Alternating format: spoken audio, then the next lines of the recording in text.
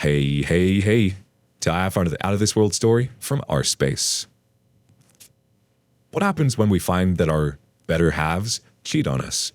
How do we make sense of such an earth-shattering experience? Can we even make it out alive? Today on our space, we hear one of OP's unique experiences. Born with a silver spoon. I do not understand why people cheat. What kind of beast are we that we will deliberately inflict the worst kind of pain on a person we swore to love, who has been there for us through everything and made countless sacrifices for our well-being? In the process, we rob our loved one of dignity, pride, self-worth, and a host of other things that cannot be restored.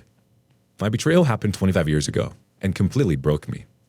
I recently read a couple posts from guys whose betrayals happened years ago, too, which has inspired me to write, although advice, support, condemnation are really no longer pertinent. If you had asked me until the day, I would have stated that I had been born with a silver spoon in my mouth. Although I came from a fairly poor family, I had absolutely everything else because of my Katie. We were born in the same month as first children to young parents who lived on the same street, only a couple blocks apart. So my Katie was in my life right from the start, and we became a thing without knowing it. We spent so much time together that it just seemed natural that she was at my place, or I was at hers. By the end of elementary school, a favorite activity of the boys and girls was to meet up somewhere before we went in for the night and steal a few kisses. It was never stated, but I didn't kiss the other girls. She only kissed me. Our transition to high school began horribly for me. I have to add at this point that Katie was stunning, like upper first percentile gorgeous. I never saw her equal. All the boys noticed her. The unwritten rules of elementary school did not apply here, and soon all the boys in the school vied for her attention. They staked out her locker, jostled with one another to see her between classes and at lunch. We were always intercepted on the way to school by boys in cars. I was devastated. How could a grade 9 boy have any chance against bigger, stronger, richer boys who had cars and money? My love of school vanished. I became a morose, didn't study, didn't walk her to school. In fact, I told my mom that I wanted to quit. Katie's mom saved the day by phoning my mom to ask if I was okay.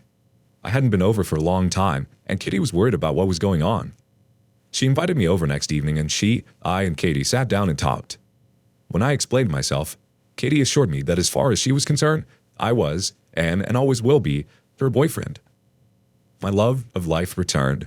The unwanted attention of men, though, never went away. At the time grade 12 ended, I had given her a promissory ring, which she had accepted. We had begun making decisions about our careers. She wanted to be a dental technician, and I had decided on a general year of arts and sciences at university. We remained in our parents' homes in order to save money, and due to an unexpected offer by her parents, this was fine with us both. A favorite activity of ours was to drive out into the country away from city lights. We would park our car, throw an unzipped sleeping bag across the hood and windshield, then a couple pillows for our heads. We covered up with a light blanket, then snuggled up as we watched the sky, talking, wishing upon the falling stars, etc., before moving to the back seat. We had been sexually active since the summer before. This time we fell asleep and didn't wake up before morning. Her parents were up making breakfast when we arrived, so I prepared myself for a scene. Instead, Kitty's mom calmly asked us to sit down and have breakfast. I still waited for the shoe to drop. They asked where we had been, and I thought that at 19, I was old enough to tell them the truth. So it was time to man up. They both smiled, and her dad told us that their main concern was our safety, so instead of using the back seat, I would be welcome to sleep with her in her bedroom. This is before cell phones, by the way, so parents did not know where their kids were and couldn't find out. Her mom told me that it had been clear for a long time that we loved one another and were inseparable. And her dad told me that he was proud that his daughter had found such a fine young man. Our sex was always fantastic. We spent hours discovering our bodies and how to pleasure one another. I was the king of the world. For brevity, I will speed things up, but I wish I could go on. The length I went to show her how much I loved her and the thousands of wonderful things we did as a couple might make it easier for readers to relate to the completeness of my destruction when it came. She finished her course and quickly got a job. We took an apartment together after my 3rd year. I had made the decision, with her input, to go into teaching. I had the capability to do anything else, but teaching afforded us more time together. More time with her was something money could not buy. After my 4th year, I proposed, and we set a date for the early summer after I convocated. We stayed in our apartment for 1 more year, and in the year following, I had landed a job. We bought a house in which we planned to live forever. We planned on having children after I had been given a permanent contract. At 28, we began our family, welcoming our son, David. I was so proud of Katie and David. I think I acted as if Katie was the first woman in the world to give birth. It was wonderful and terrifying. I had prepared for the birth, but the violence of it shocked me. I relied on the two mothers for advice, and the three women were constantly amused with my playing mother hen. What is she feeling? What does she need? What should I do? When can we have relations again? The birth brought me even closer to Katie. I had often heard that once born, children become the number one in their parents' eyes, supplanting their partners. Not me. Katie was a miracle, a wonder. She had always been my best friend, lover, soulmate, etc. Now she had become my soul itself. There simply was no me without her. Now sometimes, in the deadness inside my heart, I can almost conjure these feelings. I felt even greater pride when Hannah arrived after David, 3 years later to be exact. Katie's employers were very generous to their employees. Every second year, they would give the hygienists, technicians, receptionists, etc. a 5-day-long weekend. The girls would make all the plans, and the practice would pay all the costs. One year, once the kids were older, David 10, Hannah 7, I had made plans to take the kids somewhere special, instead of the usual trip to one of the other grandparents. Instead, we were going to a city far away with a famous mall that featured a huge water park, indoor amusements, some marine ride, and so on. Pretty exciting for all three of us. Once it was time, I drove my love to the airport where she was to meet up with the others, and we set off. I was just cut to the chase here. On the second day, the kids and I were wading toward the wave pool when we saw something that stopped my heart. Outside the park, but on their way there, were Katie and someone I didn't know, walking hand in hand. In this place. Countless people from everywhere go there, and, as I stated up front, with her looks, anyone who had ever seen her would recognize her immediately. "There's Mommy," declared Hannah. The tears were already flowing when Davy asked, "Dad?" He wanted me to assure him, I guess. The cheating couple found a pair of reclining beach chairs, and before sitting down, exchanged a long, passionate kiss, hands massaging the other's butts. Davy asked me again, "Dad?" But I was just gasping and couldn't form sounds. As the cheaters separated and sat down, Hannah began running toward Katie, calling, "Mommy, Mommy!"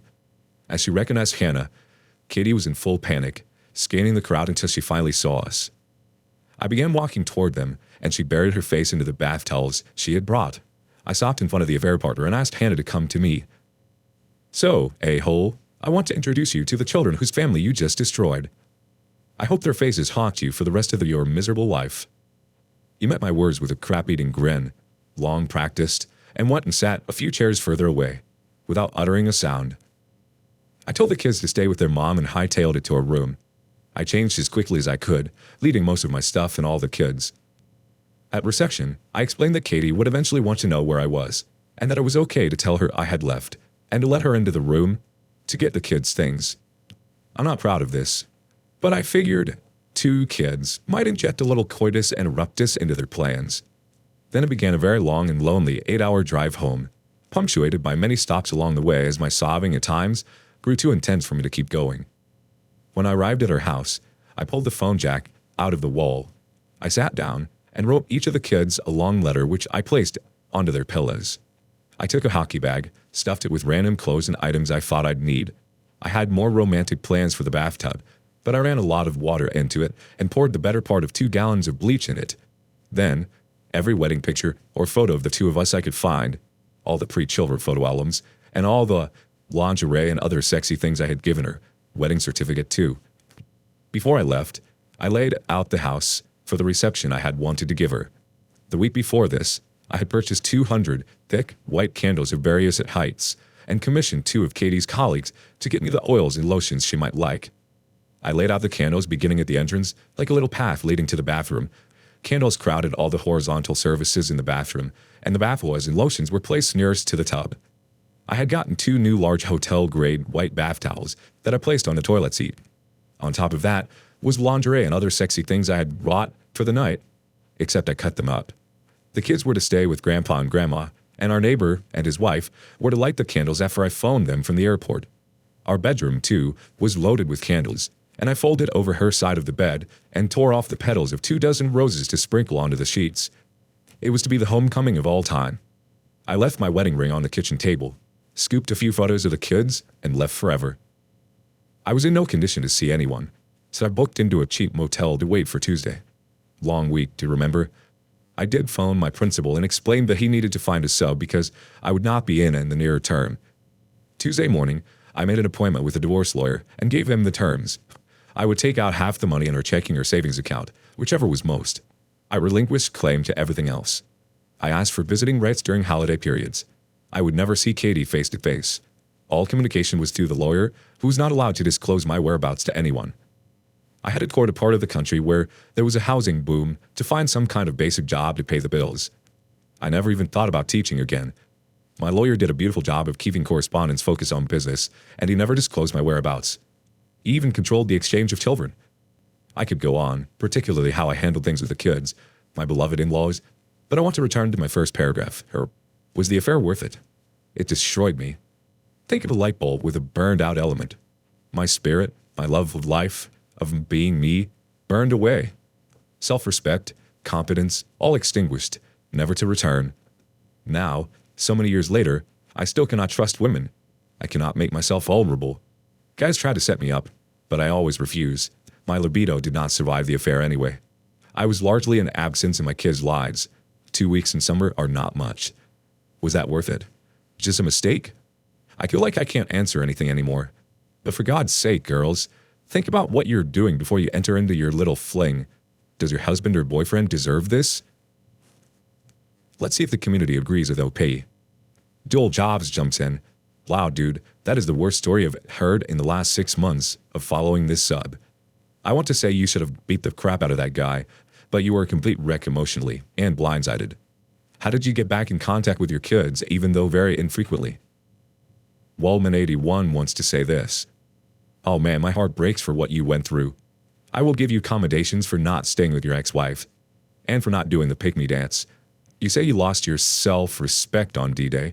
I'd have to say you maintained it by not being one of those worthless simps who begged for a heartless cheater to stay. I'm quite certain if you stuck around, Katie would have come groveling and begging for your forgiveness, saying she's sorry, that the affair partner meant nothing, but that she'd never cheat again and all that other crap. F that. Kudos to you for getting rid of such a vile human being from your life. However, I will say that your lowest moment was alienating yourself from your children, who needed you during the worst time of their lives. You are a coward in the sense of more or less abandoning your children. And now, you won't have to live with the fact that you missed them growing up, and most of all, their lifelong anger and resentment towards you for it. You could have easily been the best co-parenting dad for them and never missed a thing in their lives. But instead, you ran away with your tail tucked between your legs. That's not something I could live with, but if you can, then I guess that's your cross to bear. So here you are, a shell of a man tainted of life because of what? A cheating floozy? You are choosing to be miserable and letting the past dictate your future. You created this traumatic prison in your own instead of rising from the ashes and showing your ex-wife what a real man is made of. I totally get not wanting to date, much less get remarried. But dude, please get some professional help and stop allowing these demons to run your life. But you continually living in misery and heartache? Your ex-wife and the piece of crap she was with already won. Copper Coil has the next thought. I was with you until you abandoned your children in a strange place with a cheating wife and a stranger. Also, you could go home and set up a guilt trip revenge thing. Am I supposed to have sympathy for someone who walked out of his children's lives? Except for what, twice a year on a weekend for holidays?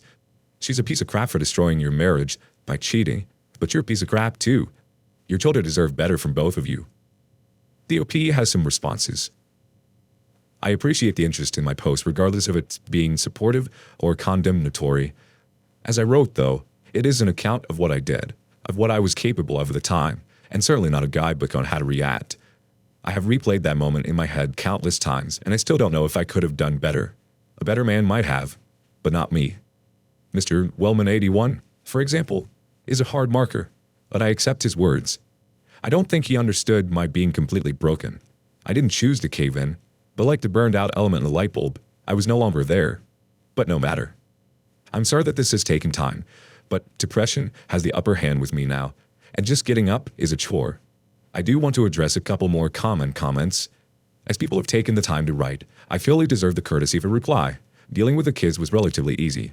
Once I realized that I would have to make a major concession, I had gotten Christmas, Easter, and 3 weeks in the summer, The kids, though, wanted to go to Grandma and Grandpa's house for Christmas and Easter, and I readily saw the benefit to them.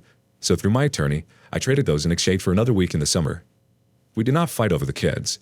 In summer, one of my sisters or my parents would bring them out, and I would get them into swimming lessons. As I only had 2-week holidays, then I am very grateful for the family support. Calling the kids on a weekend to my parents was normal, but clearly not the same as being there. Once they got older and could drive, I let them decide for themselves what they wanted to do. Usually they came, unless sports got in the way. I was able to get David well-paying summer jobs, so he was happy to come out after grades 10, 11, and 12 for the whole summer. They came out on their own approximately every second Christmas. I didn't keep a ledger. Hannah and I eventually developed a strong bond because she wanted to understand my hurt and how it damaged me. I think it is pretty simple to sympathize with a wounded person, but I think she has grasped it and has forgiven me for disappearing. She focused on me, not the marriage, not the family, not changing things. There was no talk of mother until the kids were older. I will write one more post, but I'm going to have to wean myself off the forum. I had hoped that this might make me feel better, and at first it did feel good just to throw the story out to the winds. Recently, though, I have read some stories that have deeply moved me, and I don't need help being sad. One about a man whose wife had cheated and whose 3 daughters hid the affair from him. Several have asked, I am 65 now, and was 38 at the time. I'm sorry, OP. Thanks so much for sharing your story with us. We appreciate your vulnerability. I think the answer is no, cheating is never worth it. It destroys everything in its path. It takes no prisoners. That being said, I think what you're feeling is valid. Experiencing something like that can be very traumatic. I also think that some of these comments are valid. Pain is hard, OP, but I do think that you're holding yourself back. Sometimes we can get trapped in our own pain and it becomes a prison. You deserve to be happy. I would love to see you believe that you deserve to be happy and experience love again. Break free from those shackles, OP. Life can be a beautiful thing. What would you do in this situation? Thank you for joining us today on Our Space. Like and subscribe and hit that notification bell so you don't miss out on our next video. We'd hate for you to miss out. If you want to listen to more stories from me, check out Our Lounge, where I feature a larger variety of non-cheating related stories. See you there.